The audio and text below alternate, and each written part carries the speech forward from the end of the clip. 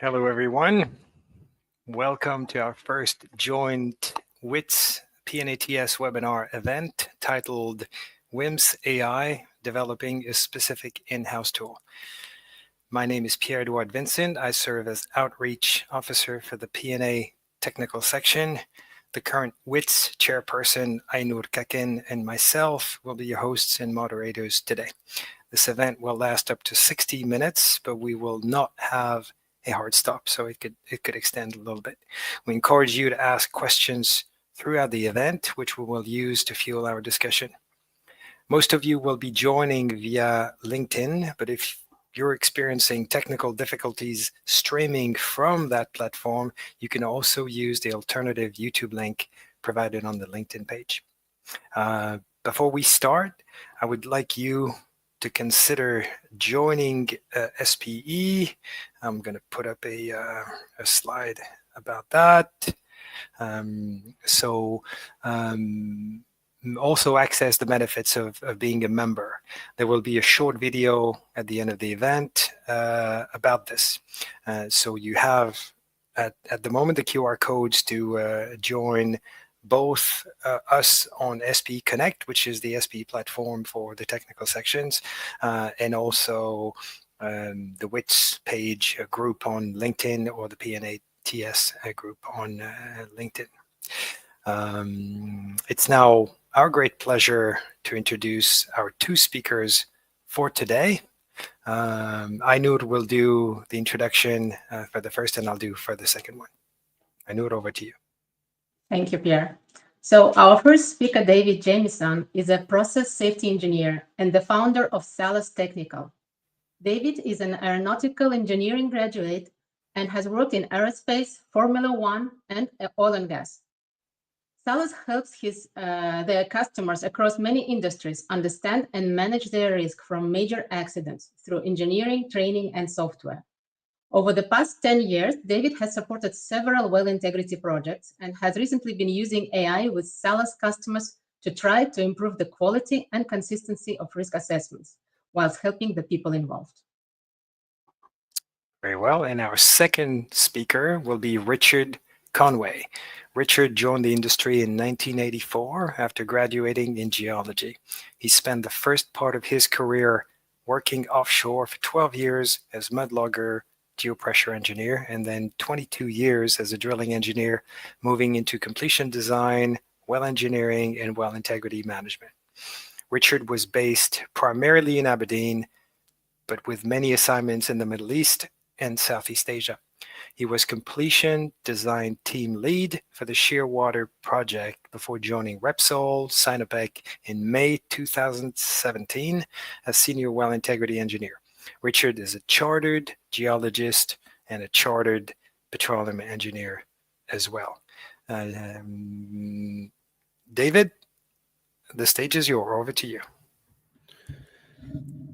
Excellent. Thank you very much for my introductions. Hopefully you can all see my screen. So yes, my name is David Jamieson, and today I'm going to discuss some of the ethical considerations that we should consider when using AI within well integrity. And particularly today, I'm looking through the focus of major accidents, as a result of well integrity issues. So I'm going to give a very swift run through of where I feel that we are with the use of artificial intelligence, particularly large language models, share some of my own experiences in delivering some of these AI-enabled applications for well integrity. And then I'm going to provide two case studies, an example of a well integrity risk assessment, but also preparation for an upcoming inspection audit. And for each one, I'm going to provide you with an ethical and unethical, like a good example and a bad example of how AI might be applied. So just very quickly for a couple of minutes, I just want to do a little bit of scene setting. So I feel like today the entire world, both in and out of well integrity, are trying to shoehorn AI into every single process that they can. And I don't know about you, but I feel like I'm getting pitched with a different AI product almost every single time I log into LinkedIn in my messages or indeed in my inbox.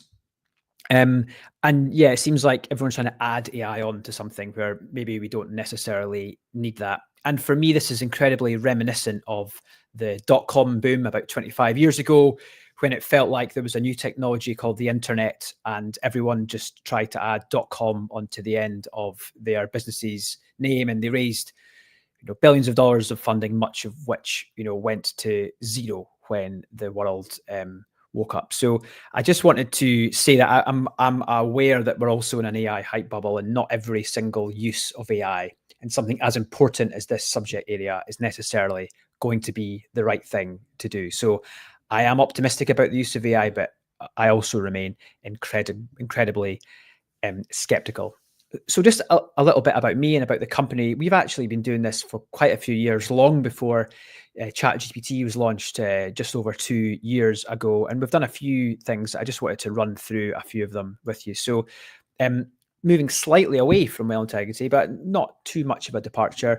About 18 months ago, our company did a pilot project where we spent several weeks developing our own prototype. And it was to show, could you use large language models? That's the technology behind ChatGPT. Could you use that to help you prepare for risk assessment? So we chose HasOps, but we could easily have chosen well integrity risk assessments. And we had to throw a lot of old work in the bin when ChatGPT launched, but from this point, it was all quite smooth sailing. And what we concluded was absolutely yes, you can, but oh my goodness, it's very easy to get very wrong results that don't really help. So we advertised, some meetings for this, and almost 100 companies globally immediately got in touch with us saying that they would use a solution like this if it were available. So that to us told us that there's a lot of demand out there for this type of technology to help better understand risks, help to perform risk assessments in less time, etc. But equally, because it was so difficult to build this to a high standard, we also learned that there's probably going to be a lot of products out there that necessarily can make things worse. And then I think the last sort of thing for us is there's some pictures of us at our company hackathon. I don't always wear shorts to work. It was a heat wave.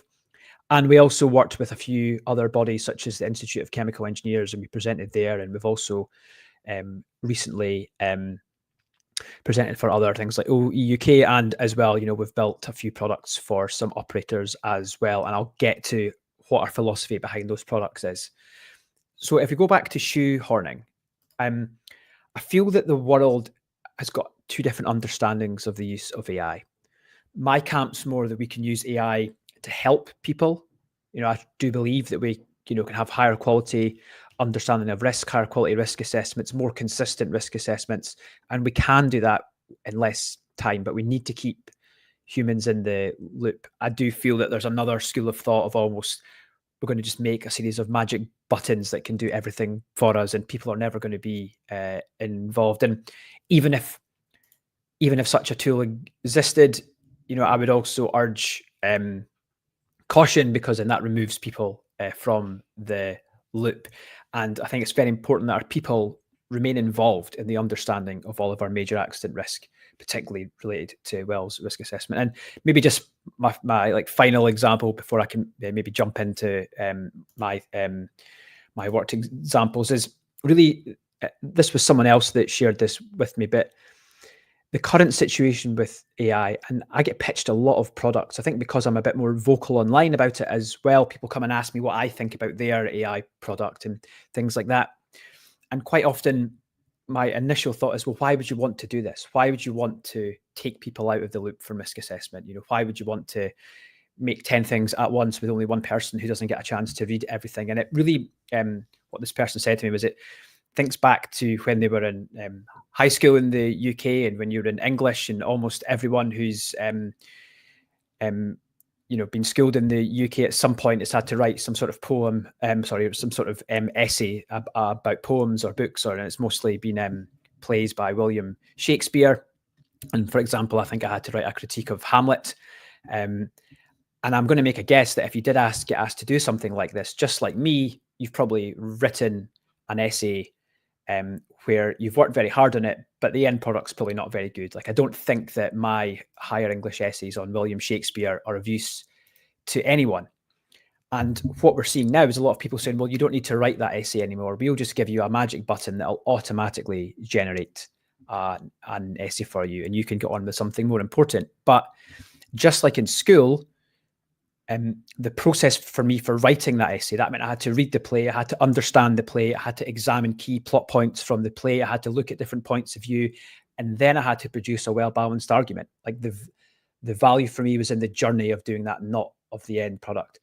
And I feel that there's lots of parallels between what I just said there for an English essay as there is to risk assessment for well integrity. You know, the value is in the journey. It's not in the destination. You know, what value is a risk assessment that's written itself? You know, what value is an inspection report that's been computer generated, or an innocent investigation report that you've made with one press of a button? Now, there is a little bit of value behind all of these things, but I would argue that removing people from the journey, that really erodes the value of them. And that's really, if that's the takeaway that I'd want everyone to have today, is that, you know, it's fantastic that this technology is here, but as you'll see in a moment when I do these examples for the next few moments, the value really is in the journey, not the destination. So let's look at case study number 1. So let's say that we've got a well integrity risk assessment. So there's a diagram here that I've pinched from OEUK. It doesn't really matter what the impairment is for the purposes of this. You could have, you know, communication between your annuli, you could have other barriers that have failed, you could have other known integrity issues, but really the journey of every single safety critical impairment at a well looks like this. You know, you've got a level of baseline operation here. You've then got your impairment. You might have to live with that for a while you decide what to do. You put in some temporary controls. You know, you might increase the monitoring of the well. You might dial it back a bit. You know, there's other things that you might do, or you might just live with a slight impairment for a period, and then eventually, through intervention or otherwise, you will fully resolve the well integrity issue, and then you can continue to normal operation. So that is the journey of most well integrity risk assessments. So if we look at how could AI help us do something about this then? So I've got this first tool that I'm going to show you here, and it's saying, right, you know, let's take, there's the OEUK guidance on, you know, here we go. Here's the OEUK well integrity lifecycle guidance. If you were to read this cover to cover, you'd have a really good idea of what you'd have to do, you know, in a lot of these scenarios. So if I go back here, so using that OEUK guidance, draft me a risk assessment, make it sound like I've considered everything, make sure the situation is described in line with guidance, and then give me the hazard, consequence, and recommended mitigation. So if I go over to, let me bring this here. So I'm just going to bring, here's one of our internal tools. So I'm choosing the, this, so write my wells risk assessment for me. And I've said, I have communication between both of my annuli. I'm sure you would have like more. So what this is doing in the background, just while that's talking, is we've got our own internal tool. Sorry, that's another one, is we've put together these building blocks that are various bits of AI. And in the background, it's off reading all this guidelines and everything like that. So that's fine. So I think I've actually put the wrong one here. That's actually the wrong thing I've set it up to, but not to worry. So, but you would see there that if I did that, there'd be no point in it generating a really good risk assessment. It would make me sound clever. It would make me look good to my boss, make me look good to the regulator. But ultimately, I'm not doing anything to manage the risk there. I don't actually know what's happened with that demo. But if I now go back, and let me run the proper one that I was choosing to do. Sorry, I've actually set this up to the wrong one. So imagine now that I wanted to run the next, in fact, yeah, I'm going to just jump back. Sorry, this is what happens when you do a live demo. So imagine if I said, well, that's not very good. What I want you to do now is don't do the risk assessment for me. I want you to ask me questions to make sure that I've understood what the issue with the well is. So what you'll see here is it's saying, well, I'm not going to draft the risk assessment. Sorry, this was the next stage. I've now instructed this AI, read the OEUK well life cycle integrity guidance, understand all the information that's required in order for a well integrity issue to be understood, and then ask me questions that I'll have to answer before you'll let me do a wells risk assessment. So you'll see here, it's saying you've not provided all the relevant info. I need to know the type of the well. I need to know the current status of the well. Is it producing, shut in? Is it abandoned? Tell me more about the annuli that are communicating, and so on and so on. So if I just answer the first two, I'll say, this is a production well, and I'll say, and the well is currently producing. So I'll keep this very simple. This is an incredibly simplified version of what Richard's going to show you soon. And what you should hopefully see here, I have set this up to the wrong one, so I'm not actually sure what's going to happen here. Sorry. I'll set that to run for the right one. What's this is going to do now, and what we should hopefully see is that those first two questions are now not going to be there. And that's because it says, right, I'm very happy that for reading the OUK guidelines, those two questions aren't there. So let me see what's happened. So yeah, you'll now see that those first two questions have gone. So the idea is now, obviously, I've written a very crude AI prompt here, but what we could do here is that means that before a team is allowed to start a risk assessment, that means that all the information that's been provided is perfectly in line with OUK well life cycle guidance. But that could equally be your own internal governance or even regulations or guidance from other places. And that means that when a group of people get round a table to assess the risk, they know that all the required information is there. So that means that everyone's on the same page. No one has to go away, take unnecessary actions. You don't have to stop and go away and get more information and come back. That means a small group of people can make sure that all that information is there. Because as you can see, to comply with that guidance, there's a lot of information that needs to be provided. And not everyone's going to remember that all of the time. So this makes it easier for the team that are actually doing the risk assessment.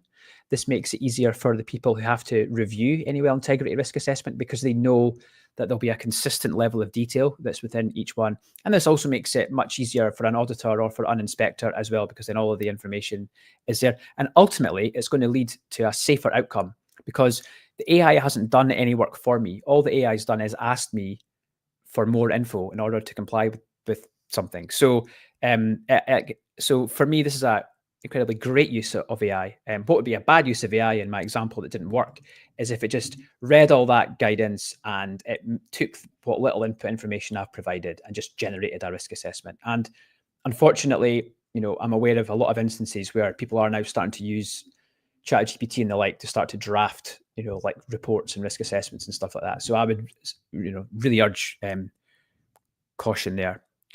And then the final example I'm going to do in the few minutes that I've got left is preparing for a wells HSE inspection. This could be any regulator or indeed any audit. So if you know that you've got some, issues with well integrity, and you know that you're about to have an audit and get asked lots of questions, there's a few things that you could do. So imagine that you were a leader in the organization. So you didn't really have, like day-to-day handling with these things, but you were aware of it was all happening underneath you. So you were perhaps, not fully equipped to answer any well integrity questions that you were facing. So, and if I maybe just jump back 1 second, actually, just to show you. So what I've done here is I've taken the oil and gas UK, the OUK well life cycle integrity guidelines, but also you could take these things, the offshore inspection guides that the UK regulator have, and these are a fantastic resource, by the way. And they tell you all the things that inspectors are looking for when they're having a look at all the various wells inspections. There's one for, well control, well integrity, competence of personnel, etc. So what I've done is I've fed all of these into the model, and I've said, right, using the good practice, the regulations. I've also got a bunch of letters that the regulators written to operators for well integrity that I've made some mistakes. I've said, make me sound clever to the regulator for an upcoming inspection so that everyone thinks, that knows what I'm talking about. So if I say, make me sound clever using Wells guidance, and I'm just going to paste in saying something like here, I've got numerous well barriers that fail to meet their performance standards. So let's say that I've said that. So again, this is using relevant info, but what it's going to do is instead of making me do any work, it's just going to produce an output that's going to make me sound clever. It's going to make it sound like the risks are being managed, but it's not actually encouraged me to do anything. It's not encouraged me to better understand the risk. It's not encouraged me to take any action and reduce risk. So that should hopefully run in the next few seconds. It's actually, maybe just by way of background, it's a very complex one, and it's looking up lots of different documents in order to try and get me the answer. So perhaps in a future webinar, I'll use a slightly easier to run example.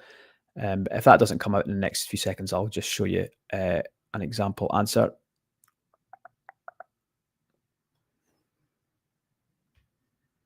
I'm glad to see that it's actually difficult to make us sound clever using well guidance. It's a reassuring thought. So this is purely just to, it's because it's the sheer volume of the documents that it's going. What I'll do is I'll just load up one of the answers that I've got pre-prepared. So make me sound clever using Wells. Oh, actually, sorry, it's now worked. So I've said, here you go, fantastic. Oh yeah, so, yeah. I think I've obviously set this up to be the wrong one. So you'll see here what it's done. As I've said here, I've got numerous barriers, and it said, oh well, fantastic. I've got a WIMS here. I've got detailed procedures. We regularly review and update all of these things, and this is a proactive approach, and this ensures this, blah blah blah. So this like prompt should have probably had a bit of work from me beforehand, but having AI just produce something's not really what we're wanting. So what I'll do is I'll press run on this one while I introduce it. Another way of doing it, so you're a leader, you're going to go offshore, or you're going to go and speak to your well integrity team, but you're like, right, and I need information that I can glean from this. So what I've said here is using good practice regulations in the HSE letters, provide me with a 7-question safety audit that's relevant to the situation. Make the questions open, and then provide me with context of why you've asked this question to help me. So that means that, I'm responsible for this. I'm responsible, for safety all over the asset portfolio, but I want to talk about well integrity on this particular asset. So, give me the tools that I need to glean if everything's being managed or not. And I don't know why it's going so slow. That's maybe.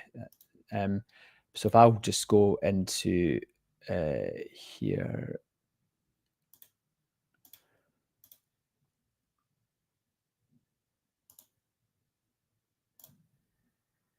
Here, yeah. So I'm not exactly sure why this is running. Oh yeah, actually, sorry. So it's here now. So again, I haven't really, this was for a made up asset, but you'll see here, this is an open question. How have you ensured that the well's got adequate barriers in place then to prevent loss of containment? And what's your action plan for addressing that issue? And again, that's an open question. That means that someone can't just say yes, no, and fob me off. They have to give me an answer. And I'm saying here that, well, look, this, I've said that this is to address a requirement that's in that well life cycle and integrity, and there's a few extra things there, and if I maybe just do another one at order, what procedures are in place to ensure that the safety critical maintenance work orders include pass-fail criteria, and how do you verify compliance with your performance standards? And this will be coming from, I'm assuming I found numerous examples of performance standards for wells offshore that don't have clear pass-fail criteria or don't have measurable performance standards. So these perhaps, not exactly sure what's happened with that run, but these perhaps aren't the best two examples. But what I'll do is I'll go back to the slides now, and I'll say, actually, maybe just before I get into that, just to say, so you can use AI to do work for you, and that's fine. If your company's job is to write social media posts or things like that, that's absolutely fine. But if you want to use AI to help you understand and manage major accident risk, getting the AI to do that for you is probably not the road that you want to go down. But what you can do is you can use AI to prompt you, to give you info, to ask you questions, or give you questions to ask people. That means that you can make sure that you're compliant with good practice and managing your risk. So I'd say I'd be encouraging everyone to experiment and see how you can use AI, in your work. Absolutely. But try and build it so it's like, a competent expert engineer that's sitting over your shoulder, telling you things that you might have missed or giving you little prompts, rather than a magic button that's sitting there. that can do everything for you. Then my second last slide. So yeah, look, here's just some example use cases. We've been running a few pilot projects with people, and here's an example of some of the stuff that we've been doing. We connected a lessons learned database up to an AI sort of app, and then when someone typed in and described a well intervention that they were doing, this would flag up all the relevant lessons, so the team didn't have to go digging through lessons learned. The sort of top 10s would always just be put on a plate for them. We went through a bunch of observation cards, and depending on the rig, there's different categorizations, so we were able to consistently map all of them to the life-saving rules and process safety fundamentals. And you could sort of look for trends. The third one, this actually, we haven't done this, but someone's asked us to do something like that. Instead of telling people to read all these safety cases and stuff, why don't just every time that they log in, they get asked a question that they've got to answer, and if they don't know the answer, it tells them where to find it. Again, similar to the observation cards, take all these audit findings and see if there's any cumulative risk there. And then that final one was try and increase the quality and consistency of risk assessment. And Richard can maybe give you an example on that. And yeah, this is literally my final slide. I'd say use them. I'm skeptically optimistic, but use them responsibly. Try and embrace the journey rather than building an app that takes you straight to the destination. And the stakes are very high in this sphere, so we should implement your solutions strategically and to make sure that they have been thoroughly tested before you move on. And that is the end of my presentation. Thank you. Thank you, David. I'll remove the presentation. So I do have some questions on this. Maybe we'll keep them for the end. We'll go back between you back and forth. And we've had one question from Cody McDonald also, and again we'll treat that at the end if we can. Ainur, any comments on what we just heard from David before we hand over to Richard? No, not at the moment. All right. Thank you. All right. Richard, the floor is all yours. I'll put up your presentation and we'll give the floor over to you.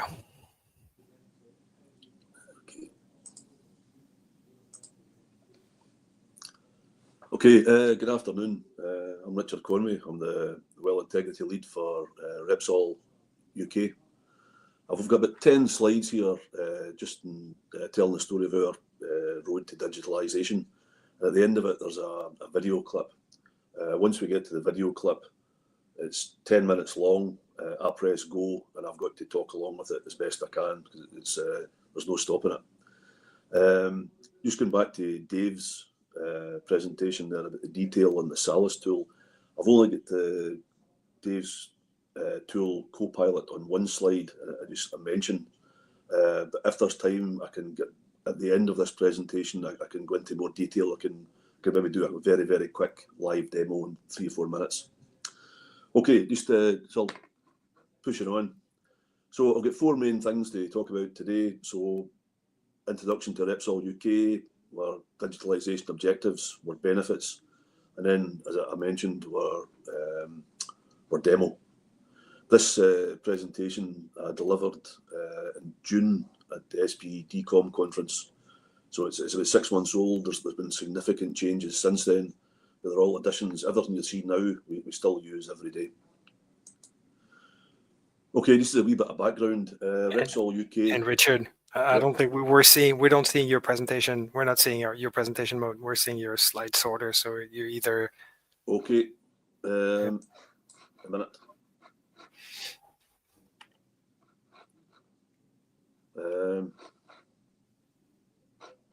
Now we can see your slide 4.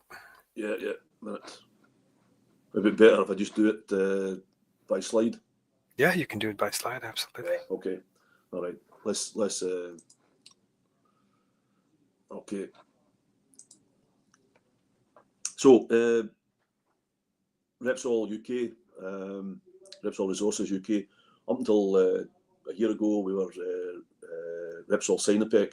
Previously, we were all our assets were owned by Talisman. The diagram you see here is a schematic of all our assets. So we've got 10 platforms and 1 FPSO. We've got a total of 346 offshore wells, majority of which are platform, with 121 subsea. Now, all our wells, with the exception of a handful of platform wells and some of the subsea wells, are legacy. All of the platforms have been acquired from other operators, in some cases 2 or 3 previous operators. So the transfer of data between asset handover in some cases have been very poor. So most of our platform wells are in excess of 40 years old, and a lot of our subsea wells are of a very similar vintage. But this screen here that we see, this is one of our dashboards from our Power BI displays. This forms part of the video clip that I'll show at the end, so I'll go into it in more detail then. Okay. So, well verification. My team is the well integrity team, and well verification is our job. So this slide summarises what we do on all our assets on a yearly basis. So we're platform wells. We go out twice a year, a supervisor and a crew of wellhead technicians. We inflow or pressure test the 3 annulus valves, inflow test the downhole safety valve, pressure test control lines, plugs. We check our wireless gauges. We sting the wellhead voids, and we do an external condition inspection, KP4. And every 2 years, we do an annulus top-up and test. So these are the platform wells. Subsea, we're on a 2-year cycle currently. That's changing to a risk-based cycle. But what we do, every inspection, we test all the 3 valves, and then that's alternated with a GVI, so a general visual inspection. Now, until probably 18 months ago, all the information that was generated by the well verification was stored in Excel. So the guys offshore, the supervisor, they input all the results of all the tests into an Excel sheet, and those results were transferred into another bigger Excel sheet that managed them for display purposes. So basically, until 18 months ago, we managed our well integrity by Excel spreadsheets. It was very time consuming. There's a lot of repetition, transferring data from one spreadsheet to another, and then it was very painful just to maintain the spreadsheets live, just because the number of changes and the number of cells involved. We don't have a well integrity tool like Safe Wells or iWITS or one of these commercially available packages. The reason we don't is because of the age of our well stock. There's no real benefit to us, to get one of these packages and populate it to the necessary degree. It would create more work than it actually saved. So we had to have something fit for purpose built in-house that made our well integrity management more nimble rather than more cumbersome. So we have a guy in-house who's a specialist in Power BI, and 18 months ago he started to transfer the information in our spreadsheets and our other applications into Power BI dashboards. So well integrity management itself. So the integrity within our business, the actual results of the integrity itself, it's important. It drives the frequency of scheduled interventions and the verification routines themselves. We've got to be able to react to unexpected events. We need to understand the condition of a well if we need to intervene quickly. Do we have access? As both surface and subsea, and we need to know any issues with a well that will add complexity to an intervention. Similarly for P&A. Most of our wells are very old and are gradually transitioning into the P&A schedule. So we have to maintain well integrity. So the guys who are planning the P&A, the plug-in and the through tubing cementing, that's achievable. There's no well integrity constraints that are going to jeopardise their activities. So as every operator, well integrity management is a big deal. For us, it's probably more than most because of the age of our wells. So we have a number of tools in addition to our Excel spreadsheets that we've used as part of our well integrity management. Here at the top, Salus, that's what Dave's just been talking about. We've been using this in anger since May this year. I'll go into that in another slide. Power BI, I mentioned, with an in-house specialist. He's creating the dashboards from our Excel spreadsheets and other tools. Maximo, this is our works management software. So this is where we generate work orders. And eWorks is a platform that we use in-house. I'm not sure too much about it as a piece of software, but again, in-house specialists have written a module for eWorks that we use to manage our well dispensations. So our prohibitions and deviations, they're all managed electronically. Up until maybe 6 years ago, they were all on paper and they had to be walked around the departments for signature. As of 6 years ago, they're on the system, they're electronic, and signature and approval is all electronic as well. This was in the early stages to us going digital. So we have these digital tools, and as a result of this information we have here and our in-house specialist who unfortunately couldn't be here today, we now have a series of Power BI dashboards that display the information in the tools. So rather than going from tool to tool, spreadsheet to spreadsheet, the data is gathered and spliced appropriately onto a dashboard that tells a picture for specific aspects. There's a few examples here on the right-hand side of the bow tie, but when we go to the video clip, we'll see some more in detail. Okay. So this is basically how the tools we have are set up. So this, what we have here on this slide is like the well integrity cycle. So we maintain the wells and our management system. We gather information and update it. That's currently displayed in Power BI. We verify the data against our performance standards and get it aligned. Again, that's done now automatically with Power BI. Again, going back to an earlier slide, we go out to platforms twice a year, subsea wells every 2 years. We do our verification routines, our tree valve tests, ensuring all our isolations. And this information, as I said, is recorded in Excel spreadsheets. Should we find a SECI failure, then that will trigger a risk assessment. And that's where we use the Salus Copilot tool. I'll have a slide on it later, but as Dave was saying, what this tool does is we put in all the issues of a well. It pre-populates the worksheet. It generates terms of reference. It extracts information from our standards, and it reviews previous risk assessments on the same topic.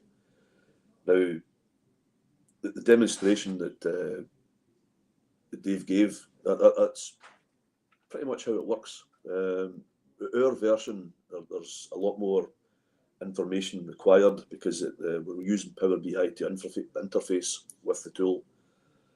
But it's changed our risk assessment game for the better in many ways.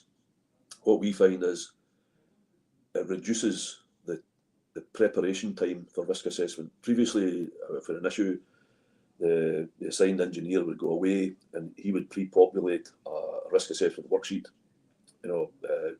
gather all the necessary information as inputs, identify the obvious risks, and refer to our standards. And that would be the material that would be used as starting point to go into the risk assessment session. Now the Salus tool does all that for us, and it saves a lot of time. Now, the information that comes out on the spreadsheet, on the worksheet, every word is for change. It's just a starting point. Every word has got to be discussed and agreed before the risk assessment is signed off. But even getting it that far to the starting point for the session, it's a vast improvement. But I'll come back to that later. So after the risk assessment, if that requires a dispensation, a notification, again, we generate that through the eWorks, as I mentioned. Any failure that requires an eWorks will automatically require a work order to program a fix. So that's worked in Maximo. And then the schedule, for the work order sequence or schedule, again, we can do that in Power BI, and we'll see that during the video. So the Copilot, Dave's just told you exactly how it works. This slide here was for the SPE conference mid-year. I won't go through it again, but just to reiterate, using this tool has changed our game in terms of time saving. There's lots of additional benefits that we found. It wasn't part of the plan, they just happened when we started using the tool. We now use the tool to manage our risk assessments, where previously we used our Excel worksheets are in our risk assessment worksheets are in Excel. When they go for signature, we convert them into PDF, and they were filed on a folder somewhere on the server. Now all the risk assessments are stored in the Salus tool, and they're held. If we need to up rev, each rev is held within the Salus tool. And if we need to create a new risk assessment on the same well for different failures, again, they're all held. So even just recovering the previous risk assessment to up rev, that's a significant saving in time. And as part of the ongoing development of the tool for us, Dave's teams added additional data fields that provide additional information that we use within Power BI. For example, the official start date of a risk assessment, the number of a risk assessment, the official title of a risk assessment.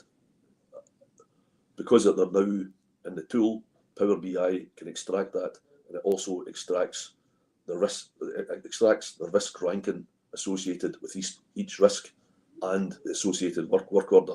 So for us, that's a game changer. We've got all our information of risk and associated work orders on one screen, and it's live, and it's great. So overall, we're sort of digitization journey, from 18 months ago to now. The huge benefits on the way we manage our well integrity. We're significant time saving all through the process. We're aligned always with our standards and industry standards. And because everything is now live on screen, everybody has access to the Power BI dashboards.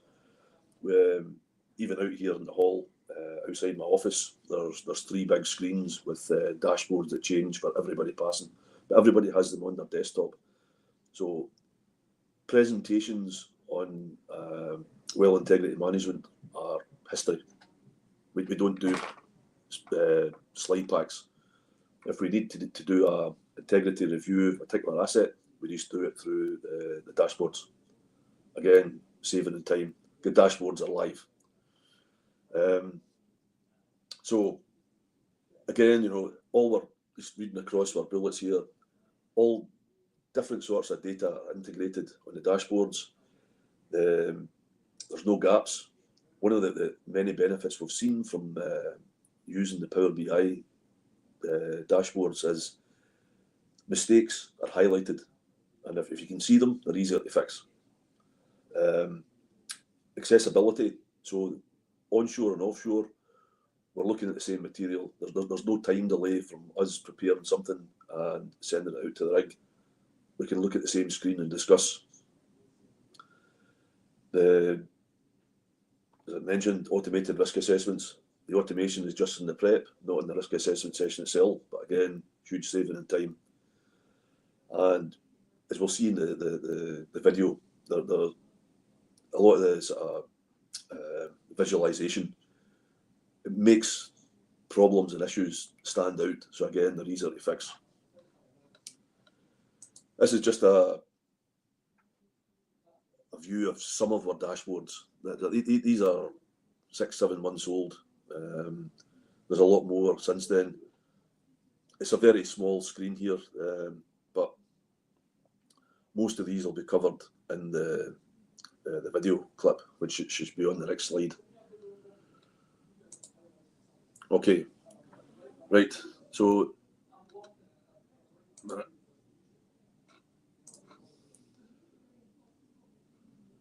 excuse me, I'll just get the different slide.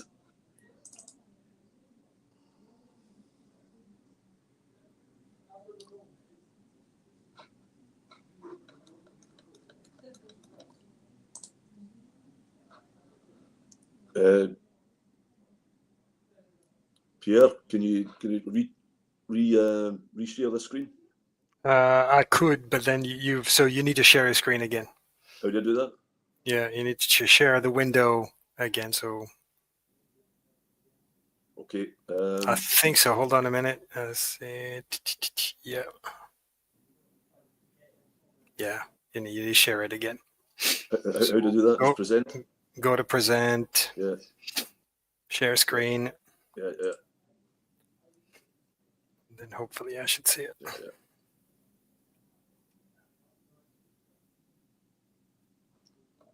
The window?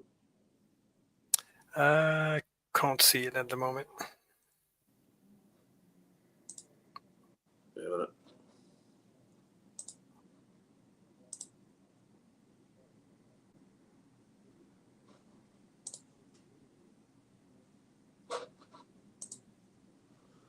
Do you see that? I think we can, but it's a black screen at the moment. Yeah, I hope it's going to play. It's meant to be. Sorry about that. I had the wrong presentation open. The slides are the same, but so this is the video, right? I need to talk very quickly through this. So again, this is our North Sea assets here. This is a schematic. I've got no control over when the slide is going to change, so I just keep talking until it does. So here we see all our platforms. Next to each platform is a number. That's the number of wells. Down the right-hand side, here we have the total number of wells in each division here. So we have total wells, platform, subsea, pre-COP. Now, using these filters here, we can dig down, into the. Here we go. We can go in, filter it by asset. All right. Next slide. So this is our well inventory. So every well that we have appears on this slide and the previous one. So this ranks them into three. This crow step schematic here. So here we have the operating wells here. Here we have shut-in wells, this sector, and here we have suspended wells, so they're plugged. And the colour coding, green, yellow, and red signifies if they're online, offline, and again we can filter. This is our platform well status. So again, all this information is coming from our original Excel spreadsheets. This screen here is filtered on the Tartan platform, so we can see every line here. This is associated with one tartan well that's been filtered to T16. And so this is a total number of issues associated with that well. We can see some at the top. We've got a failure, we've got a conductor movement, and then we've got two lesser issues. We've got a KP4. So this is a external inspection. This is the platform WISIT. This is another spreadsheet we have. The WISIT is a well ranking tool. This was developed in-house. So basically, for every well, we have a spreadsheet that takes every aspect of every well, so every component, every possible condition, and it assigns a score. If the score is 0, that means there's nothing wrong with that component or that condition. But things like a failed valve, a failed annulus, a failed control line, they're all going to generate a score. And the higher the score for each well, the worse it is. So one of these for subsea and one of these for platforms. So we can see we've got a list of platform here and list of wells. And we use that tool for the decision making. It's not perfect, but it works pretty good for what it does. So this is a wells risk matrix. The Power BI accesses Dave's tool, the Salus Copilot. It interrogates it and it extracts the risk rank from each well and it puts it on that 5x5. So this one here, this is well integrity repairs. So this is a list of jobs that we need to do. So Power BI is taking the work orders and associated impairments from the work orders from Maximo, impairments from the well status summary, and it's putting them onto this list here. As you can see, the graphics moving, it's all filterable. So you can drill down to individual platforms or individual well types. And again, this is invaluable for planning. So non-APM summary. So APM is annual plan maintenance. Non-APM is work that we've got to do reactively. So this is a response. So again, it's all filterable. So this takes the work orders, who generated the work order, what type of work order it is, what type of remediation method it is. You see along the top here, there's W1, 2, 3, 4. 1's external, 2's intrusive, 3's jointed pipe, 4 is P&A. Again, all filterable, and this, like all our dashboards, this is used live in meetings daily. So this one here is the wells project hopper. So this is jobs, rather opportunities for jobs put on a calendar. So from the previous slide, I've got a big list of things to do. This here is like a notional schedule of when we can do them. This is a dashboard that controls our consents.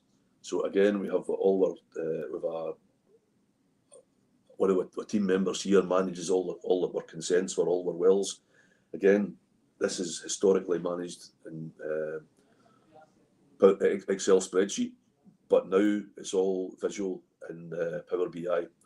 So again, it can all be filtered. It's kept live, and again, we use it daily. Another one. Again, this is our expiry. See, so again, the permits here. So again, it's filterable when the consents are going to expire. We've got a graph here that we can filter, so we know when a consent is going to expire, so we can deal with it before we get there. Rig selection for all our jobs, particularly our decom work. We need to know what sort of rig, what sort of equipment we're going to need for the job. That's all worked out in advance. There's no vessel named. We just do it jack up 1, jack up 2, semi 1, semi 2. But every well has a plan. And this here, before the well hopper, that was our opportunity schedule. This here is our real rig schedule. So this is in the plan. This is what we're working to today. So this is maintained live. You can see a red line down the middle. This is today. Well, on the live screen, this is today. This is a snapshot from 6 months ago. But basically, it scrolls through the jobs.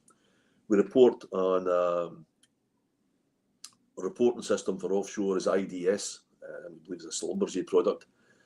Every morning, Power BI interrogates the morning report and takes off the summary. So by 8 o'clock every morning, there's a summary of every operation we've got ongoing, appears on everybody's screen. This gets emailed to everybody. So based on this, if there's a serious issue, then we go and get the full report. So every job that's ongoing, obviously we're concerned with performance, how they're getting on in terms of NPT. Again, Power BI is extracting information from IDS, our reporting tool. So every job is on here, as you can see. Again, it's all filterable. We can dig into that as much as we want. And again, used daily. This is it. Some part of the demo here, somebody's digging in.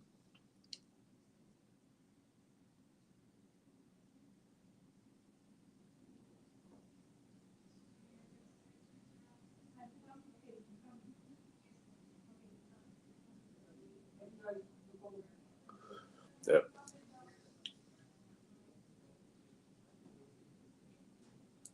There's not really much more to say than watch. Right, that's me. Thanks for listening. Sorry about the wrong presentation. Okay. Well, thank you. Thank you, Richard. Thank you, David. I just want to mention that for well integrity technical section, the use of artificial intelligence, use of machine learning, the digitalization has been a big topic of discussion. I think there's no doubt that these digital tools open huge opportunities for our discipline, considering there's a growing concern that industry is having decline in experience and competency.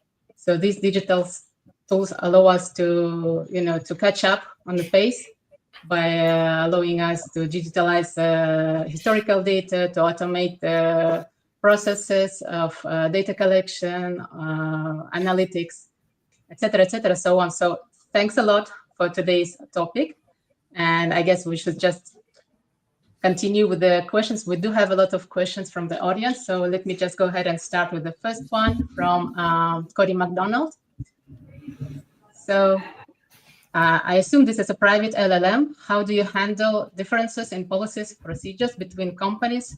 Or is this meant to be based only on public regulations? Yeah, so in those examples I use, that's all using OpenAI's private API. So the data is encrypted, it's not used for training, it's wiped after 30 days. So yeah, that provides quite a high level of security. I think within the next 5-10 years, we'll all be using private models that are completely held within our firewalls. And on the second part of the question, yeah, we basically, how we do it is you segregate each data type. So you can look at both internal and external documents and get what you need. There's various ways of extracting the data, and we've got some data scientists in-house who really help us to leverage that for a good performance. Yeah, so with the example that Richard said, there's both internal and external to Repsol stuff that's looked up there. Yeah. Very good. We have another question from Abdulaziz Bazaid. Can your tool be used for specific company guidelines or policy, not something public? Absolutely. Yep. We actually have made our own in-house tools. Selling software, we get asked lots of questions about cybersecurity. So we've made our own internal tool that reads all of our policies and description of our software to answer all of these questions. It's exactly the same. So how, I mean, just to not get too technical, but depending on the type of document, there's different ways that you'd want to read that in so that it's like as perfect for the AI as possible. Yeah, but the short answer is yes. Right, thank you. Thanks. Okay, well, the next question from Hussein Dadat. What other aspects of well integrity that AI can support with an addition to HAZOP? Yeah, so obviously there was a few examples that I said there, I think lessons learned and incidents, and I think the action that was taken on past similar things. I do think there's a balance between how much you want it to do, but anywhere where you've got people that need to make risk-based decisions and there's an opportunity for them to do it at a higher quality or greater consistency or do it in less time, I think there's opportunities. AI doesn't need to be a step that you take from here to here. It can just be something that subtly nudges and tweaks what you're already doing. So there's lots of areas. Yep. And that's one of my personal takeaway from your presentation, David, that AI can also be used to kind of prompt the right questions, encourage you to consider some aspects of the regulations that you not necessarily had thought of, and also expand your area of consideration for a specific risk assessment, thinking process safety, systems thinking, what's beyond the well, etc. And I think that's a great potential too. Yeah, absolutely. And a common, finding from the regulator, this isn't just with well integrity, this is with any safety critical impairment, is a lack of a robust forward plan. It's like, how are you going to fix this? When are you going to fix it by? Have the parts been ordered? Is there a work order raised? That kind of thing. So, we've worked with a few people, and Richard's one of them, is we also put their forward plan through a screening. We don't develop a forward plan for them. They say, guys, you haven't referenced any work orders. Are you sure that this work's planned? Or, that type of thing. So absolutely. And it's about using it in the right areas too. There's some areas that don't really need much automation or improvement, but we know as an industry, there's some areas that we suffer from and, maybe don't do as well on. So yeah.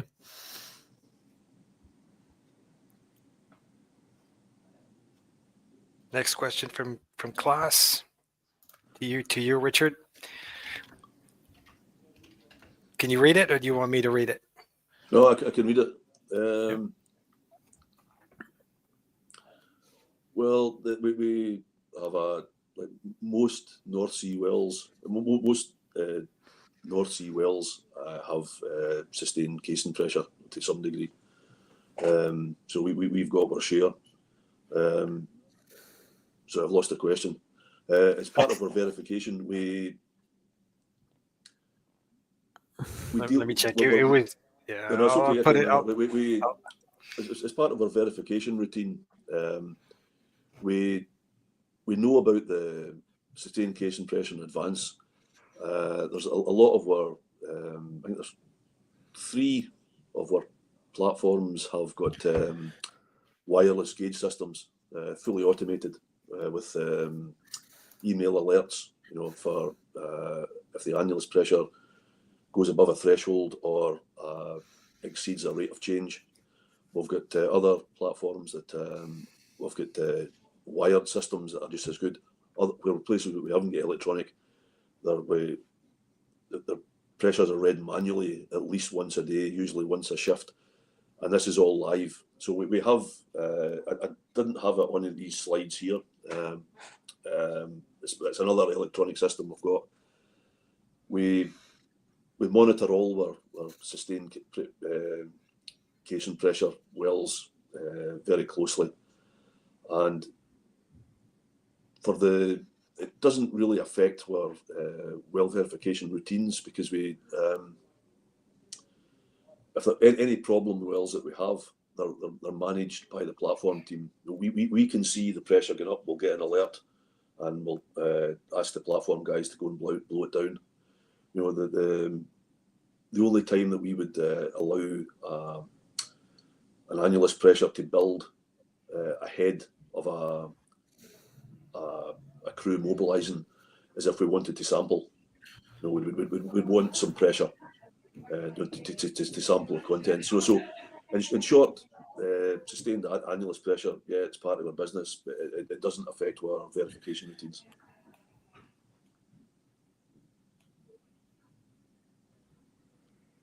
Okay, I can read the next question from Musan.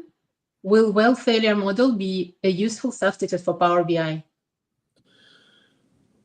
No, but it would be a very useful addition. It's something we've not got around to yet. Power BI, or dashboards, we're getting new dashboards practically every week. Sometimes 3 or 4 a month. Now we've already got a well failure model as part of our well integrity management system. At some point, the failure model and Power BI is going to get lined up, and any failure against the model is going to be highlighted in Power BI. It's a natural thing. It's just that it's further down the road. Yeah, and there's nothing wrong with evolution, and building your dashboards might change over time depending on your portfolio, where the company is, etc. in time. So yeah.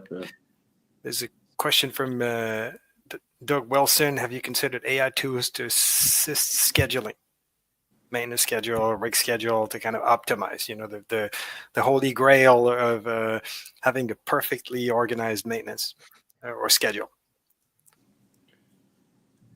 Not sure if that's a question for me or for Richard, but we haven't, but absolutely. There was a potential customer speaking to us about, could we look through their maintenance backlog and see if we could tag the data so they could look for cumulative risk, for example. So there is things like that. But yeah, I would say, anywhere where there's decisions to be made by people, where it's a relatively repeatable process and you're relying on data from somewhere else. So yeah, absolutely. If there's a problem to be solved, yeah, why not see if it's somewhere that can be used with value? I wouldn't want to say yes, absolutely, but I think those are areas that would be worth experimenting or investigating. Yep. You could build a model with various schedules and see what the impact would be on costs or resources utilization, etc. That's easy to do, right? Yeah, and there's also one thing we have with instances. I'm sure a lot of people who work in wells on the call will be familiar with like a SIMOPS matrix. Don't do this particular job when that particular job is going on, and it relies a person to look along. Quite a cumbersome document, and imagine if that was linked to like a planning tool like Primavera P6 or something like that, and it could just flag, by the way, you've got these 2 things scheduled. It looks like it's not compliant with your SIMOPS matrix, just letting you go and check yourself. Things like that would be great. I really like the people that suggest ideas that it's like, have you thought about this? What about this type thing? So that'd be a great flag, a potential SIMOPS matrix infringement from a plan. That'd be quite easy to do. And again, you're not relying on it. It's not doing anything for you. It's just prompting you that you might have to go and do something. So great. Okay, so another question from Douglas. Do you use AI to extract from IDS? I'm not sure if that was for me or not, but no, we don't. We use Power BI to extract from IDS. Okay.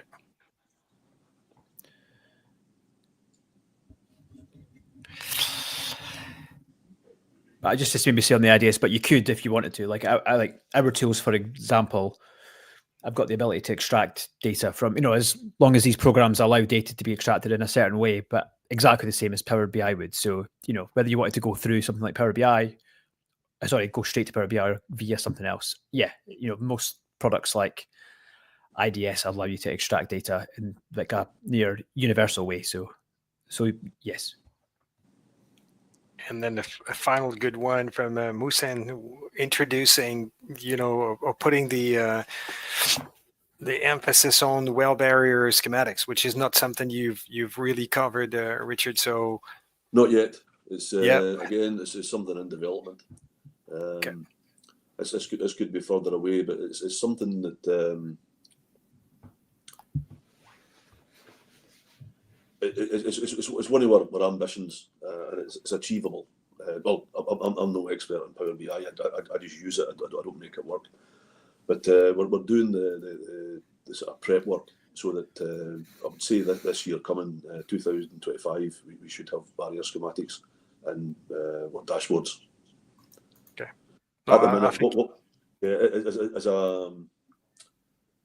as an interim, Dave and his boys are preparing a function within Copilot where we'll be able to upload PDFs, and that's where one of the reasons we want that is we'll be using that to store a PDF copy of our barrier schematic associated with a particular risk assessment. That's our stopgap until we get proper barrier schematics in Power BI. Very good. No, I think it's a good thing that we discussed that at the end. It's a great tool also, but I think you've covered the basis very well with your own project, Richard. Incorporating the risk assessment, incorporating a live tool to give you the risk exposure of the company, in real time, which is quite remarkable. Yeah. I think it's and I think we're getting close to the end. We've definitely gone over time a little bit. I did love both your presentations. I will take away that you could potentially use AI to help you with audits. You can easily use AI to be an auditor and poke holes through your system and interrogate that. So for readiness, if anything else, that sounds very powerful. Yeah, it's very good at that type of thing. You give it some criteria, you give it some input, and it tells you how far away you are from that. That's a great use for it, rather than getting it to write it for you. Yeah. Yeah. And maybe one last question to you, Richard. So eWorks is your MOC dispensation tool, right? Well, eWorks is some kind of software platform that we use within the business, but our people have written a module that manages our dispensation system. Yes. Okay, good. Yeah. So it's automated. It goes. Various people in the company can take a look and approve or. Yeah, there's a degree of automation. So excellent. It replicates our old paper system. So there's stuff that the guys have to fill in. A wee bit of well history, what the failures are, any kind of controls we've currently got in place, a risk ranking, this sort of stuff. The initial inputs are automated to a wee bit of a degree because we've got drop downs, so we can pick a platform, pick wells, and well type and everything. So that's a wee bit faster. It's what is automated is the sign off. For each asset, there's a predefined list of names which we can change fairly easy for a particular well, and we press a button and people get email alerts. They've got to go in and approve or disapprove, and it works fine. Yeah, very good. I think it's an information system. Risk is also about informing people about the risks. And maybe we'll take one last question. You want to? Yeah, one more question. Yeah. That's a very, very easy question to answer. The risks are not calculated. They're decided by people. They come out of a risk assessment. Yep. And there are multiple ways to do that. But when you practice the art, it for me it still has to be done by people. But they have to ask themselves the right questions. Yeah. But we haven't come up with an AI that would give you a good, thorough risk assessment without risking, the hallucinations or the errors at this stage. So we continue with that. Ainur, any final words before I go to closing? No, well, thank you again for this interesting discussion and topic, and there was a lot of interest from the audience as well. So it's a good topic. Yep. So we'll show that little video from SPE, the benefits of joining, etc., in a second. But we'd like to warmly thank you for joining today, speakers in particular, and audience for the good questions and comments. We hope to see you again at one of our next webinars. And here is the video. Thank you.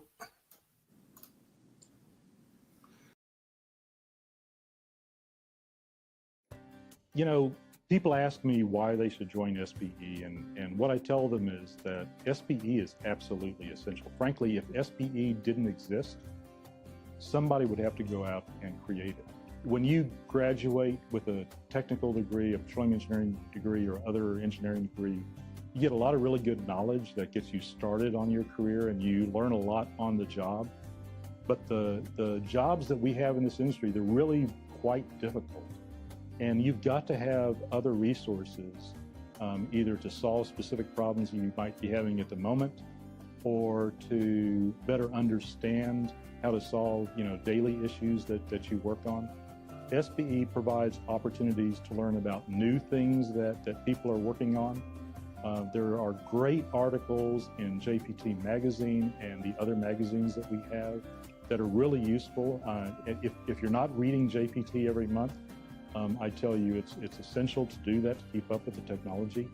We have excellent conferences where you can learn from people who have solved very difficult problems in our industry. And doing that is just incredibly important and incredibly useful.